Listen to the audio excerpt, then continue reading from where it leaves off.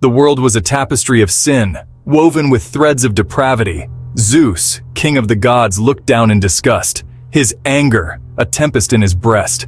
Mankind had forgotten its place. They reveled in vice. They scorned the gods. For their transgressions, punishment was inevitable. A cleansing was needed, a deluge to wipe the earth clean. Zeus, as Zeus, I will unleash the rains, a torrent to drown the world. The heavens opened. Torrents of water fell, rivers swelled, became raging seas. Mankind, caught in its iniquity, had no time to repent. The floodwaters rose, swift and merciless, consuming everything in their path. The age of man, it seemed, had reached its end. Rain lashed the earth, an unrelenting torrent. The seas rose up, swallowing the land.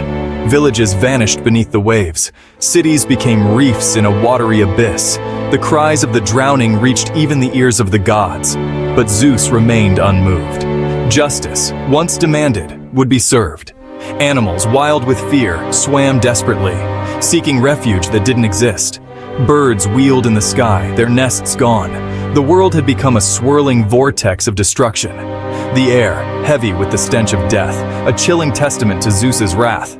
Hope, it seemed, had drowned along with everything else.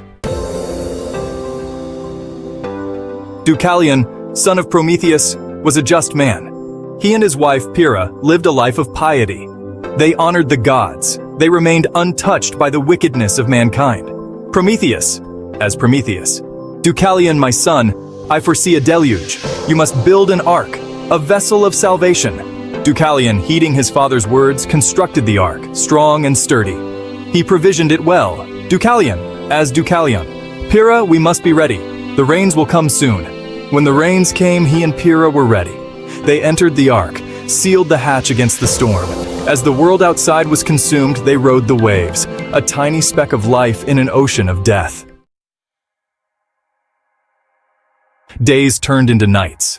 The rain, a constant companion. The ark, tossed and turned by the angry sea. Deucalion and Pyrrha, alone amidst the storm. Their faith, their only anchor. Pyrrha as Pyrrha. Deucalion, my heart aches for the world we knew. The laughter, the love, all washed away. Yet they clung to hope, hope for a future after the storm. They prayed to the gods, offerings of thanks for their survival, pleas for guidance, for a sign. Deucalion as Deucalion. Pyrrha, we must keep faith. The ark is our sanctuary. The floodwaters raged on, an endless expanse of gray. They were adrift, not just in the ocean but in time, unsure of what the future held. Then, as abruptly as it began, the rain stopped. The clouds parted. A sliver of sun, a beacon of hope. The floodwaters receded, slowly at first, then with increasing speed.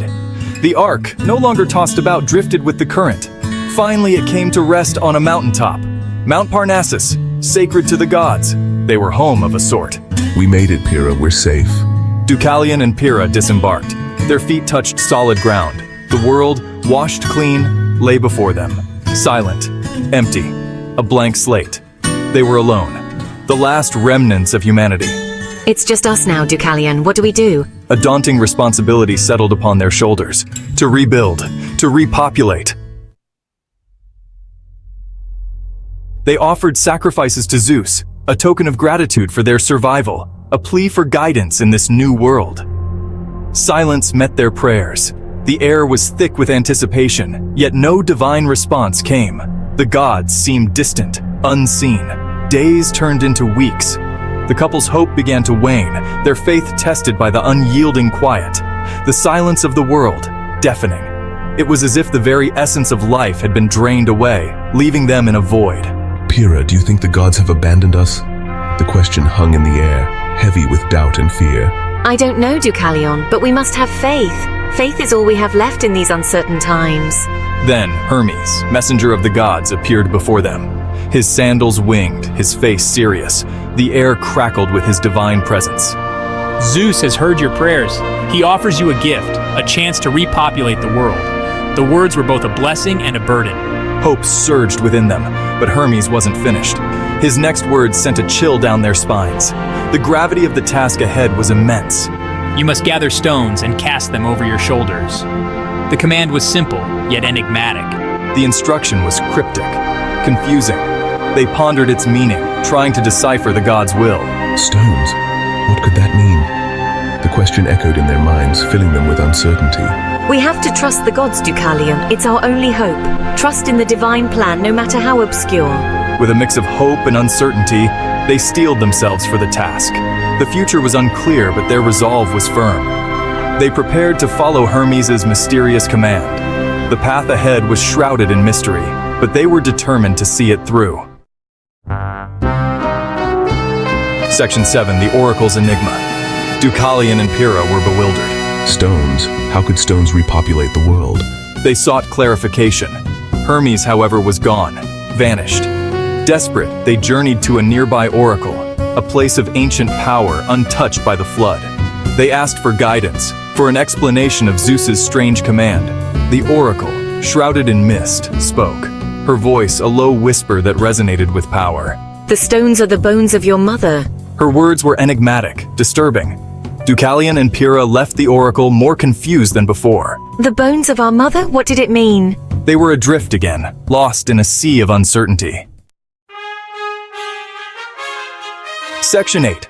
Rebirth from Stone. Days passed in contemplation. Deucalion and Pyrrha wrestled with the oracle's words. The bones of our mother. Then it struck them. Gaia, the earth itself. With renewed determination, they gathered stones. Not just any stones, but those kissed by the sun, stones that felt alive in their hands. They climbed to the highest peak. Eyes closed, hearts heavy with uncertainty, they cast the stones over their shoulders. As the stones hit the ground, a miracle unfolded. The stones transformed.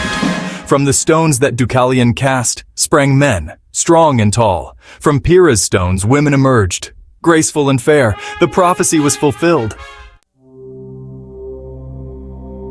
Section 9. A New World. Deucalion and Pyrrha watched in awe and relief as the world transformed before their eyes. The world, once desolate and barren, was now populated with their children. The children of stone, born from their faith and perseverance.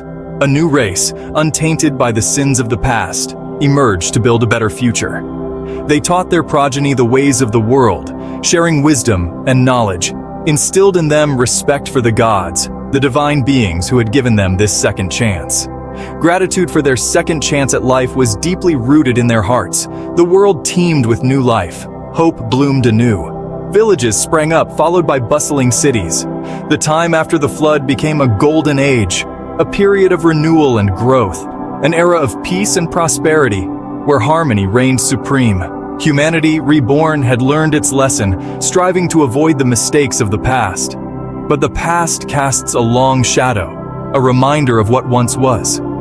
The gods, though appeased, were not forgotten, their presence ever felt. The whispers of their presence, a constant reminder of their power and the fragility of human existence. Section 10. Whispers of the Future. Deucalion and Pyrrha, their task complete, lived long lives. They had seen the world transform before their eyes. Their reign, a time of peace and wisdom, was marked by prosperity and growth. Yet, as they grew old, they couldn't shake off a sense of unease. A new unease settled upon them. The whispers started subtly. On the wind, in the rustling leaves, tales of forgotten gods and ancient prophecies, of ancient powers stirring in the shadows. The world, reborn, was filled with mysteries. It was not as peaceful as it seemed. Hidden dangers lurked beneath the surface. Old evils, it seemed, never truly die. They merely slumber, waiting for the right moment. They lurked in the dark corners of the world, in the places where light seldom reached, waiting for their moment to rise again, to reclaim what was once theirs. The flood, though devastating, had not washed everything away. It had left behind remnants of the past. Deucalion and Pyrrha, their hearts heavy with foreboding, looked to the future with a mix of hope and fear. They knew that the future held both promise and peril, a future that seemed bright, yet held a tremor of fear. They could sense the coming changes. The world they had rebuilt was entering a new age, an age of heroes and monsters, a time of great challenges and even greater opportunities.